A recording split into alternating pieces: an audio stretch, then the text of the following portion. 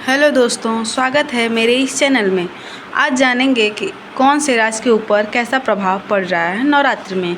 यह नवरात्रि 30 साल बाद ऐसा महासंयोग बन रहा है।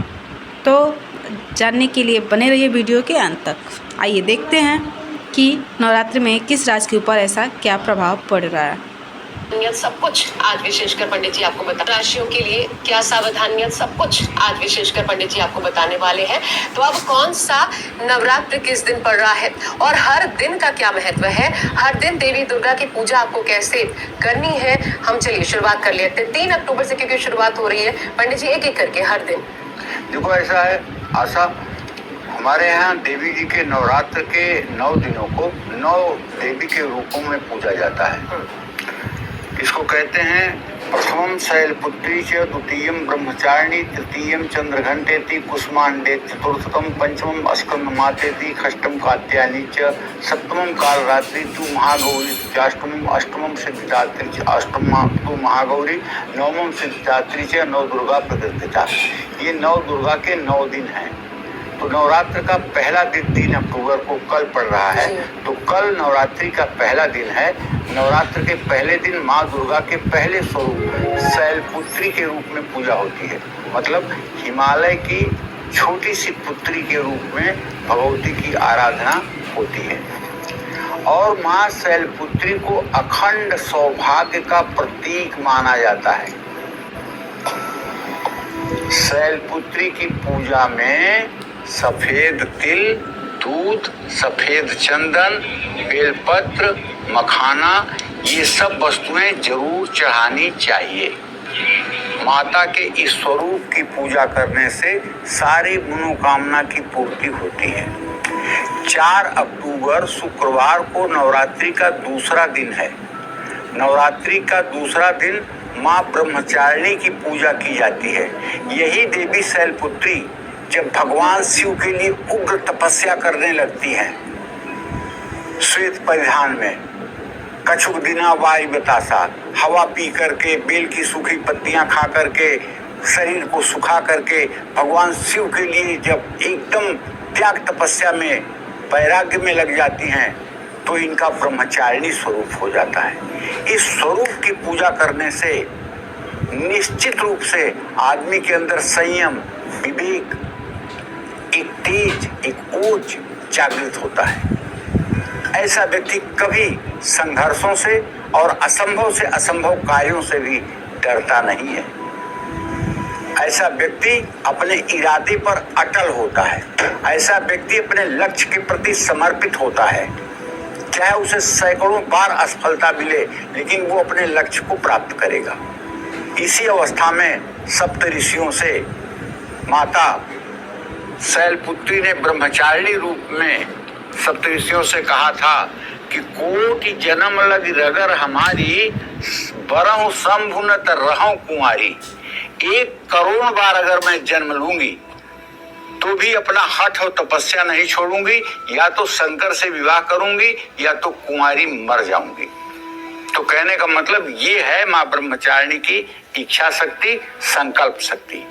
जिसके अंदर ये इच्छा शक्ति और संकल्प शक्ति अपने जीवन के प्रति आ जाए, वो माँ ब्रह्मचारिणी का भक्त है। हर परिस्थिति में जो भी ये प्राप्त कर ले, वो ब्रह्मचारिणी का भक्त है। 5 अक्टूबर शनिवार नवरात्रि का तीसरा दिन है।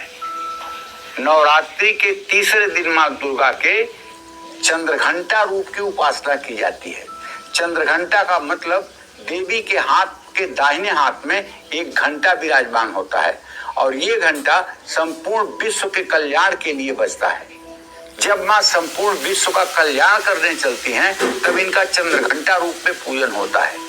ऐसा आदमी किसी से बैर विरोध नहीं करता है।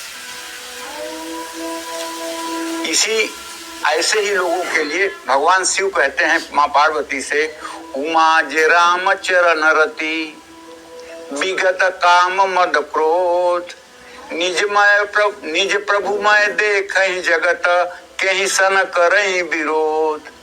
हे उमा, हे पार्वती, जो राम के चरण में रत हैं, जिन्होंने काम, क्रोध और मद को त्याग दिया है, वो इस संपूर्ण संसार को अपने प्रभु का ही रूप देखते हैं, इसलिए वो किसका विरोध करें।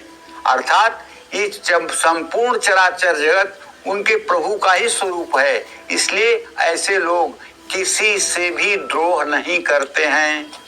और जो लोग माता के इस स्वरूप की पूजा करते हैं, निश्चित रूप से ऐसे लोग कभी किसी से बैर विरोध नहीं करते हैं। अपने साथ बैर विरोध करने वालों के लिए भी भगवान से कल्याण की कामना करते हैं। पाप ताप और सभी बाधाओं से मुक्ति देने वाला है ये नवरात्र का तीसरा दिन। अब 6 अक्टूबर रविवार नवरात्रि का चौथा दिन। ये नवरात्र के चौथे दिन माँ कुष्मांडा की उपासना की जाती है। कुसुमा उष्मा, जिसके उदर में उष्मा विराजमान हो, ये माता कुष्मांडा का है स्वरूप। ये भक्तों को रोग शोक और विनाश से मुक्त कराती हैं और लंबी आयु, यश, बल, बुद्धि प्रदान करती हैं। इसी तरह से जो 7 अक्टूबर है सोमवार का दिन, ये नवरात्र का 5वां दिन है। नवरात्र में 5वें दिन माँ स्कंद माता की पूजा की जाती है। इसमें माता के साथ स्वामी कार्तिकेय की भी ध्यान किया जाता है। माता के साथ स्वामी कार्तिकेय विराजमान होते हैं। स्कंद नाम स्वामी कार्तिकेय का ही है। उनको खडानन भी कहते हैं, कार्तिकेय भी कहते हैं, स्कंद भी कहते हैं। ये भगवती जब स्कंद अर्थात भगवान कार्तिकेय को गोद में लेकर के रहती हैं, तो ये स्कंद माता होती हैं। इस रूप में इनकी पूजा करने से हर प्रकार के शत्रुओं पर विजय होती है और ये ममता का स्वरूप है माता का। माता का ये ममतामयी रूप है। इस रूप को पूजा करने से निश्चित रूप से हर प्रकार के कल्याण का अभ्युदय होता है। कहते हैं कि इनकी कृपा से मूढ़ व्यक्ति भी ज्ञानी हो जाता है। जिनकी संतान नहीं है वो माँ के इस रूप में गोद भरने की अगर प्रार्थना करें तो उनकी मनोकामना जरूर पूरी होगी, इसमें कोई संदेह नहीं है। अब 8 अक्टूबर दिन मंगलवार नवरात्रि का छठा दिन, माँ दुर्गा का छठा स्वरूप कात्यायनी का है। माँ कात्यायनी कौन है? एक स्तव तद्भुवनारी व्याप्त लोकम त्रयं तुषा। ब्रह्मा विष्णु महेश ने जब दैत्यों के आतंक से कुपित होकर के अपनी भौहें टेढ़ी की तो उनके शरीर से ब्रह्मा विष्णु महेश से तीनों से एक तेज निकला। एक स्तव तद्भुवनारी व्याप्त लोकम त्रयं तुषा। और तीनों तेज के मिलने से एक ऐसे नारी का निर्माण हुआ जो तीनों लोकों को आच्छादित करती हुई थी। देवताओं ने जब प्रार्थना किया तो उनका आकार थोड़ा सा सामान्य हुआ और चूंकि वो कात्यायन ऋषि के आश्रम में प्रकट हुई थी इसलिए उनका नाम कात्यायनी पड़ा। इन्हीं को माँ दुर्गा भी कहते हैं।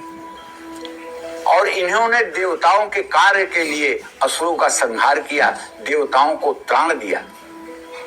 माँ कात्यायनी की पूजा से धर्म, अर्थ, काम और मोक्ष चारों प्रकार के पुरुषार्थों की प्राप्ति होती है। 9 अक्टूबर बुधवार नवरात्रि का 7वां दिन है। नवरात्रि के 7वें दिन माता का आदिशक्ति माँ कालरात्रि के पूजा का विधान है। कालरात्रि, महारात्रि, मोहरात्रि से दारुणा, ये महाकाली के स्वरूप की पूजा की जाती है। ये कालरात्रि काल का भी दमन करने में सक्षम है। इनकी पूजा से अकाल मृत्यु का भय, तंत्र मंत्र, जादू, टोने टोटके, भूत प्रेत, पिशाच सभी भय को समाप्त करने वाली ये देवी हैं। नौकरी या संपत्ति से जुड़ी हुई दिक्कतें दूर करती हैं। इनकी पूजा से कर्ज से मुक्ति मिलती है और सबसे बड़ी बात है इनकी पूजा करने वाले को कभी शत्रु का भय नहीं रहता है तो नहीं रहता है। 10 अक्टूबर गुरुवार महाअष्टमी नवरात्रि के 8वें दिन माँ के महागौरी स्वरूप की पूजा की जाती है। जिस स्वरूप की पूजा माता सीता ने जनकपुर में की थी। देवी पूजी पद कमल तुम्हारे, सुर नर मुनि सब होय सुखारे। तो माँ सीता ने जिस स्वरूप की पूजा की थी वो माँ गौरी की पूजा की थी। महागौरी की पूजा की थी। माँ की इस उपासना से कन्याओं को उनका योग्य मनपसंद जीवन साथी मिलता है। विवाह में आ रही रुकावट दूर होती है। कुंवारी कन्याएं अगर महागौरी की उपासना करें तो माँ जल्दी प्रसन्न होती हैं। उन्हें चिरंजीव, दीर्घायु, तेजस्वी वर की प्राप्ति होती है। इसी तरह से 11 अक्टूबर शुक्रवार को महानवमी माँ दुर्गा की नौवीं शक्ति सिद्धिदात्री हैं। देवी भागवत पुराण के अनुसार भगवान शिव ने इन्हीं शक्ति स्वरूपा देवी की उपासना करके सभी सिद्धियां प्राप्त की थी, जिसके प्रभाव से शिव जी का स्वरूप अर्धनारीश्वर का हो गया था। 12 अक्टूबर शनिवार को दशहरा है, जिस दिन रावण का वध होगा। अधर्म पर धर्म की विजय होगी। जय मां विंध्यवासिनी।